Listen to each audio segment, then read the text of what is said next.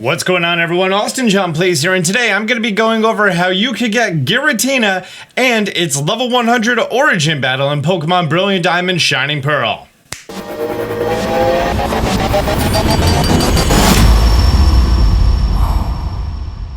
I actually recorded this entire video, but my microphone wasn't on. I'm releasing this video immediately after my Ramanas Park video because this is the very last event in Ramanas Park that has outside requirements other than, just digging up mysterious shards.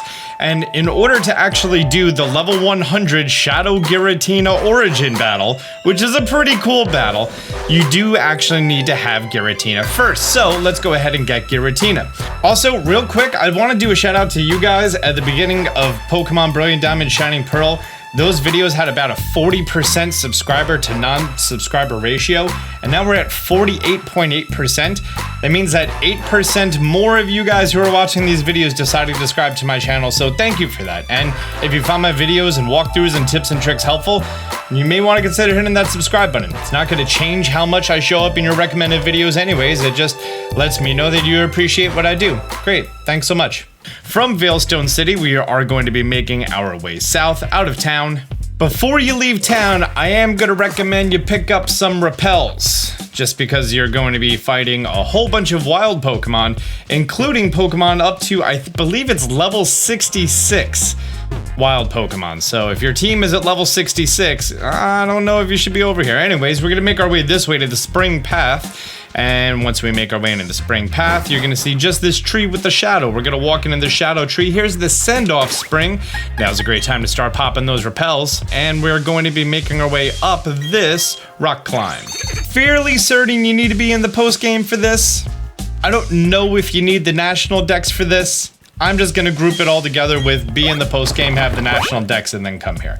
Anyways, right here is going to be the Turnback Cave, which first thing you need to do is some defog action, that's for sure. Turnback Cave works as a randomly generated sequence of rooms. If you interact with this, you're gonna see past 3 pillars offer up to thee before 30 are surpassed. What essentially you need to do is you need to find 3 pillars and then you find Giratina. You need to go into 30 rooms before Giratina. So, you need to leave this room, you need to find a pillar, you need to find a second pillar, you need to find a third pillar, and then you find Giratina, and you need to do all of that within 30 rooms. To that of my knowledge, that of my observation, there is no pattern to this whatsoever. I've tried it in specific ways. I saw if there was like pre-designed routes or something else like that. I've gotten as low as 4, but as high as 22. And honestly, just go in one direction. Every room that you enter, you're gonna have essentially like a 1 out of 3 chance of picking the right room closer to the final pedestal, or pillar, sorry. And nope, that wasn't it. I'm just gonna keep going to the right. If you stay in the same direction, then you're gonna be playing the same odds. And when you play the same odds, you have an increased chance of just remaining consistent. I've looked for audio cues, I've looked for any sort of pattern in the rocks. Look, I went through 2 identical rooms and there was no difference between them, and one of them was the right room. Anyways, here's our first pillar. There's 2 numbers here. The first number corresponds to which number pillar it is, and the second number responds to how many rooms you've gone through in order to reach this pillar. So I'm on pillar 1 after 4 rooms. I'm gonna go to the right. Again. And more inconvenient stones. Sure do love inconvenient stones. Yes, I do. Now, there's gonna be a whole bunch of comments of people that are like, oh, well, I did this, and then this, and then this, and I got, I was able to get there in 5. I've gone to the right, and I've gotten there in 4. I've gone to the right, I got there in 22. I don't see any sort of pattern that I can really make sense of. Apparently in the original games, it says, before advancing to a door, check the pattern of rocks on each side. If rocks on a side has a pattern that is different from the opposite, the room on the side is where you need to go through. All right, so that's 3, 4, 5, and then on this side it's 3, 4, 5, and then over there it's 5, and then over here it's 5. Nope, these are parallel rocks. Those 5 rocks are exactly the same as these 5 rocks down here, except maybe because they're upside down. Maybe that's the hint. Nope. 3, 4, 5, and then over here, it's 3, 4, 5, and they're 180 degrees of each other, and then over there, that's 5, and over here, it's 5, and they are the same as each other. Does that mean I need to go through this bottom one? Nope. And if at any point you go back through the room that you came in, you start in the exact same beginning room. So that's the reason I say just pick one direction and just go to it. This is my first room. There's just this little diamond shape in the middle. It looks exactly the same. Just going to the right. Hey, look, it was the right way. And now you're gonna see it's 1 pillar, 2 rooms to get here. I'm gonna go right again. Another crazy amount of rocks that's all sporadic and whatnot. If you can find any sort of reasoning to the layout that makes sense, cool. Probably not worth the time figuring out. Pop some repels, go to the right. If you want to experience some Golbats, Haunters, and Bronzongs between level 55 and 66 that don't pop the repels. By the way, the more pillars you find, the higher the wild Pokemon's level goes up. And it is highest between the 2nd and 3rd pillars, with the Pokemon's level is reaching between 64 and 66. So if you want to encounter those Pokemon, cool. Or just, go to the underground, do the exact same thing. Nope, people who have made clickbait articles for this game on how to solve this puzzle, nope, they're lying. It just says it's random. Everything just says it's random. By the way, probably drop down a save right outside of the entrance. Oh look, I just went to the right. Yeah, I'm at 17 rooms. This is my 2nd pillar, so now's the point that I start finding the highest leveled Pokemon. But yeah, look, here's the 3rd room. Great, 3 rooms, 18, and then we just go to the right. If this is your first time doing this, this is gonna be old footage underneath my face right now. You are going to be finding Giratina in here, in which case you could save in front of it and counter it. If you choose to shiny hunt it, you have base rates 1 out of 4,000. And it's not affected by the shiny charm. Alternatively, if you come in here a 2nd time, you can find a variety of items. And the item that you're going to be finding is either Stardust if you went through a lot of rooms, or Rare Bone through a small amount of rooms, and if you did it in exactly 3 rooms, then you get a Reaper Cloth, which is the item for Dusk Noir. In your battle with Giratina, be sure to not use False Swipe because it's a ghost type unless you have the specific item that makes it so you can hit ghost type Pokemon, put it to sleep or paralyze it, bring its health down. Of course, turn 1 always throw a quick ball, and since you are in a cave, feel free to throw dusk balls at it. If it disappears because of its move Shadow Force, then while it's currently disappeared, you cannot throw a Pokeball at it. And after you catch him, he's going to be level 70, found in Turnback Cave. He has 3 max IVs, his ability is Pressure, he has Shadow Force, Pain Split, Aura Sphere, and Dragon Claw. From here, it's your option if you just want to use an escape rope, or if you want to walk out one of the rooms is going to bring you right back to the first room, and you have to go through the doorway with the light. That's how you leave the cave. And great, now we're back at the Send-Off Spring. Now we're going to be making our way back to Romanus Park. Here in Romanus Park, we're going to be speaking with the mysterious Shards lady. If you have completed the Reggie portion and did the 3 discovery slates and caught the 3 Reggies, and you've caught Giratina, you will have the option for the Distortion slate. You do not have to do the Johto or Kanto slates in order for the Distortion slate to show up, which you can exchange 3 small shards or 1 large shard for in order to experience it. All right, now we are just gonna walk out back into Romanus Park. And here in Romanus Park, if we look to the right up these stairs, you're gonna notice that there is now a cave that appears here. This cave did not appear before you caught Giratina. It was required to have Giratina for this cave to show up, and then you get access to the Distortion Room.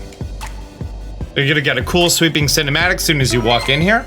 I definitely recommend dropping down a save in front of it, and then you can interact with the pedestal, and you can put in your Distortion slate. I love how it's a DS cartridge, kinda looks like Platinum a little bit. And right here is boom! A level 100 Shadow Giratina Origin Form. You cannot shiny hunt this, and it can do some work to your team. So you may want to consider actually saving in front of it just to make sure you can take it down. Because keep in mind, if you do get knocked out and you get blacked out, you have to get another Distortion slate to come back into this room. Giwa Guga Guha Gwoosh Gabagool. Giratina has appeared. And there, level 100. And as I mentioned before, you cannot catch this Giratina. If you try to use any Pokeball, including a Master Ball, it says you can't throw it. So we're just gonna, oh, it used Destiny Bond. That's not gonna be too helpful for it. Oh, it avoided the attack. Come on, dude. Dragon Claw. Oh, and it one-shot my Electivire. All right, well, it looks like he's not gonna be paralyzed.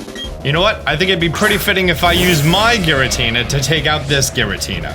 I mean, in theory, he's gonna keep hurting me, and I'm gonna keep splitting that pain. Yeah, I did a lot of damage there. And I recovered almost all of it and brought him down to half. Wow. Pain split for the win. Earth Power. And we're just gonna split that pain again. Now, I think a Shadow Force might take it out if he doesn't kill me with... Oh, he killed me with Dragon Claw. Okay. Alright, Altaria, what you got for this? You gonna put to sleep? Earth Power doesn't affect me. Very nice. Sing. He fell asleep. I thought the little red part of his eyes would, you know, become closed if he was asleep. That did not do a lot of damage. Okay, wow. A little rough. Oh, Earth Power. Oh, yeah. He apparently doesn't have a very high IQ amount. It's probably programmed to a 0. He's just picking random moves. But yeah, he has been defeated. Anyways, now that Giratina has been defeated, here in the Distortion Room, there is now an upside-down statue. Or the statue is right side up. Because you're upside down. I think that's pretty neat. In addition, it may actually throw off your orientation on like how to move around, but if you just put your controller upside down, then it actually makes a lot of sense, which I think is a pretty neat touch. A nice callback to, you know, how the Distortion realm was in the original games. And here's an item. Boom! The glowing orb to be held by Giratina. It boosts the power of Dragon and Ghost-type moves if it's held. There you go. Knocked out Giratina. Whoa! It transformed into the origin form. And now its ability is Levitate, which is probably a lot better than the ability that it just had. Did its stats change too? Oh yeah, well look at that. It swaps its attacks and defense stats. So instead of it being 100 attack and special attack and 120 defense and special defense, it's now 120 attack, 120 special attack, 100 defense, 100 special defense. Speed and HP remain the same. So this form is a little bit frailer and a little bit stronger. And then just one last little note about what's going on here. With every other legendary Pokemon that you catch in Ramanas Park, this guy's gonna be giving you the statue for it. Since you're not catching the Giratina, you're just defeating it, he doesn't give you a statue. However, when I look at my Excel chart based off of the data mine of every single statue that's available in the game, you're gonna go down, you have all the legendary statues that appear here, right? Then you have all the shiny variants of the statues. We go all the way to the bottom, and the very last ID number, number 434, is a Giratina statue. There's no known way to get this statue yet in the game. Like, you try searching, just try to search the term Giratina statue online, and you'll come up with nothing other than people talking about pre-order bonuses back in the day, because you did get a cool Giratina statue for a pre-order bonus. I think in the UK or something, I don't know. Apparently, it's coded in the game. I don't know what it looks like. I don't know anyone who has it. I haven't seen hacked pictures of it online. And I found no legitimate way to obtain the Giratina statue for your secret base.